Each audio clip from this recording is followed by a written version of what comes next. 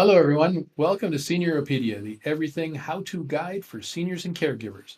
I'm your host today, Viraf Balawala, and I have with me Debbie Gantt, who is going to talk to us about document management. Paper, paper, paper. It's a paper nightmare when you get to that stage. So, welcome, Debbie, and hopefully you can educate us on all things to do with paper. I am happy to do so, Viroff. It's so good to be here. Thank you so much. Yeah, so I work with clients who I help people downsize and organize, but my specialty is paperwork. I've been doing it in the corporate world for many years, and so I'm helping individuals do that because it's important to me that as a legacy, you're not leaving a mound of paperwork for your next of kin, your family members. So, what I want to do is help people organize that paperwork. And in addition to that, knowing what you need to keep and don't need to keep, those are key areas. And I also think about because I lived in Florida for some time and we're prone to hurricanes there. And so I also remind people that you need an emergency kind of to-go file that has your permanent documents in it that you don't want to lose, such as birth Hmm. certificates, social security cards, Right. passports, and a lot of some people will have a fireproof box, which is great because if you have to go in a quick moment, you can grab that and go. But a lot of people haven't thought about that and those need to be safeguarded. So those are things that I work with my clients on as far as what do they need to keep, what can we put in the trash, what can we shred, and just start to downsize all of that mound of paperwork and get it organized so that they can actually find things when they need them.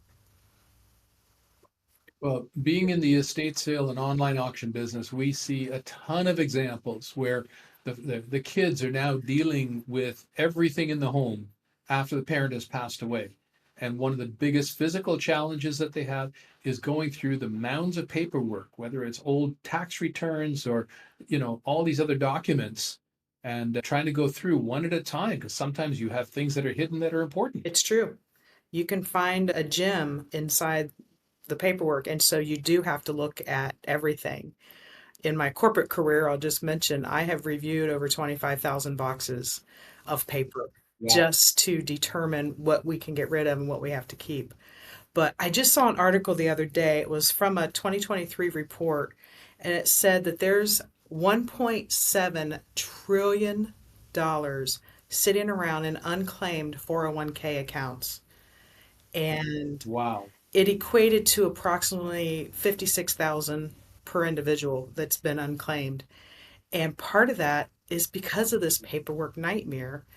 When you're the next of kin and you're trying to go through stuff, and I have that current experience now with my father's passing in the recent months, sitting and going through and figuring out what's valid. He had three different life insurance policies and we weren't sure what was active and what wasn't. We found Mhm. both, but having to make those calls and gathering all that information, it's really challenging. It's very time consuming, all that troubleshooting that you have to kind of do. Absolutely.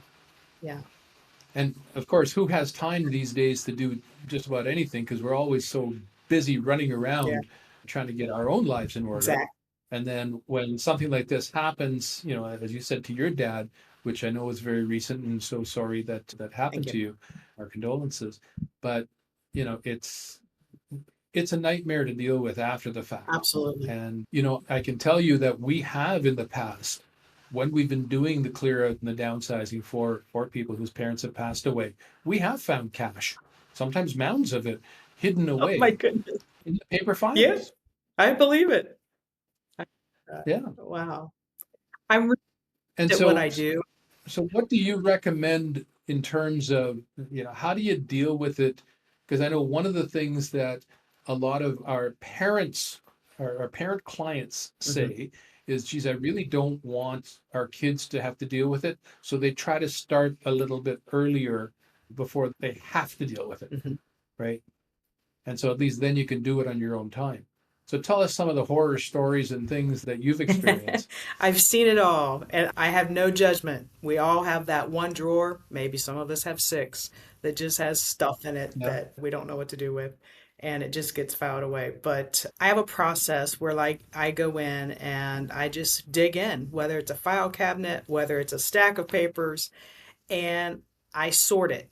And I sort it between um, a keep forever document. So this is something that's vital. It's a vital document, as we call it in the industry. You want to keep those. That's what I just mentioned before about passports and birth certificates and things. Then there's, okay, these need to be kept in a file. Could be an current insurance policy. It could be pay stubs, home repair receipts, things like that you do want to hang on to for a certain period of time. And then we have, it's just, this is just trash. Just throw it in the trash. There's not confidential Mhm. information on it. It's okay to just put it in your trash. And then there's a stack of paper, which is usually the largest stack of shred. And then we take that to the shredder and have it confidentially shredded because we also think about risk. With identity crisis happening now, we don't want There's a lot of that, isn't yeah, we there? don't want people's information to be stolen. So we're very careful about how we do that. So that is, Mm. Is there is there things that you see more of in common that shouldn't be, mhm. or is every situation kind of unique? There's some uniqueness to each client situation, but generally speaking, it's just, I think people have a tendency when it comes to this paperwork, they don't know what to keep or how long they Right. need to keep something. And so it's very easy to come in and say, you don't need this, you don't need this, and this you do need. They just don't know, so they go numb and they just keep it forever. Mm. I have cleared out taxes from 20, 30 years ago. And I'm like, you only need to keep these Wow. for 7 years. It's okay. We can get rid of them. So part of the process is coaching people. Just like you've experienced, I'm sure, with the estate sales, there's an emotional attachment sometimes. People also have that with Mm. paperwork, and that's understandable. So you have to work with them and encourage them that it's okay to let it go. Well, I'm sure I've got mounds of, old tax returns and things like that sitting in my basement as well, and which I'm sure my wife would actually love to just take and pitch, right? Maybe set fire to or something of that Oh nature. my goodness. But And these are personal questions. These are personal considerations, and yeah, everybody is different, and yeah. that's okay. Now, what's the benefit of perhaps just digitally scanning and storing away as opposed to keeping that paper around? It's funny, you sound like the lawyers I work with. Like, can't we just scan it all? You can, but there's a cost to that. And then who Right. really owns the data once it's scanned? Whether depending on what software you're using. And then the point is, do you really need it? It's just more stuff for your next of kin to have to go through, whether it's Right. digital or paperwork. And of course, some documents, those vital documents, you can't digitalize. They're not valuable then. You have to keep your Mm. birth certificates. You have to keep your original passports, things like that. Because it's a nightmare to try to get another Oh, it's copy of it, isn't it? horrible. Yeah. Talk about the bureaucracy of trying to replace those things if they were in a flood or something like that. And those are documents that I've had to dig out and find to help Mhm. people process claims and to get bank statements and just all kinds of things.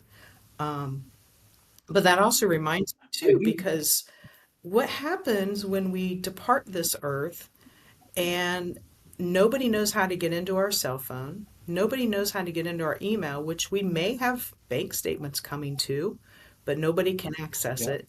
So, wouldn't it be nice if we help them develop a tool that has, hey, this is how you get into things. This is my phone password. And obviously, this is not something that you want to put out for public. You keep it in a private file. You tell your family where it's at so that they know how to get into it. The trick is keeping it updated Mhm. as we change passwords. Yes. Yeah. It's hard enough to keep track of your passwords and things like that now. Yeah, Once you're gone, if you haven't updated something, it's basically inaccessible, yeah. right? And I recently, last week, All that Bitcoin that you've been storing away on your computer, when it's gone, do you know how much money has been lost in Bitcoin because somebody has died and nobody knows the password? yeah, I mean, it's crazy. Just like these. Well, even just if your computer crashes and you don't remember your password for your account, that's it. You've lost, tens of thousands of dollars, if not And more. that's one of those projects where it's really hard to sit down and do it at one time versus where I can go in Hmm. and do paperwork. That's one of those things you have to just have it by your computer on a regular basis and go, oh man, I haven't written that down yet. Because I don't think Mm. about what's my password to get into my computer. But if I'm keeping a list, that's helpful. That's what I would advise, to have to try and do it when you're forced to do it than trying to take it in small Yes. bites and do it a little bit at a time. So you've really got to be proactive at starting Yeah, it, maintaining it. Do you have some sort of I kit do. that you do I have a do have a kit? kit and then I also have, it's a vendor that I work with, and they have an entire kit to help organize documents. You can even put it into a fireproof box that they have. There's a Hmm. variety of things depending on what really the client wants. So yeah, I can certainly give you information on that to share. So if somebody wanted it, where would they be able to get a hold of that kit? The best way is to find me on Instagram, and I have a link on my Instagram page, and it's Results with Deb. Results with Deb. So at Results with Deb. Yes. Yeah. There is a link there for the Is that kit. correct for the Instagram? Yeah, that's on my Instagram. So right now, I would say the best place to find me and to get a link to that particular set of helpers, they're like files and boxes, and there's a variety, is my Instagram account, which is at Results with Deb. Okay, so at Results with Deb on Instagram, and then you can not only get a hold of you, but there's a link to be able to get a hold of this Yeah. kit. Approximately, what does this kit It cost, if anything? ranges because depending on what people want, what they currently have, like if they already have a filing box, they might just need the file folder, tabs, and things. So anywhere Hmm. between 29 up to 159 US. Well, you know what? That's a pretty small price to pay for being able to make sure that your successors have all the information that's necessary and it's easy to find Absolutely.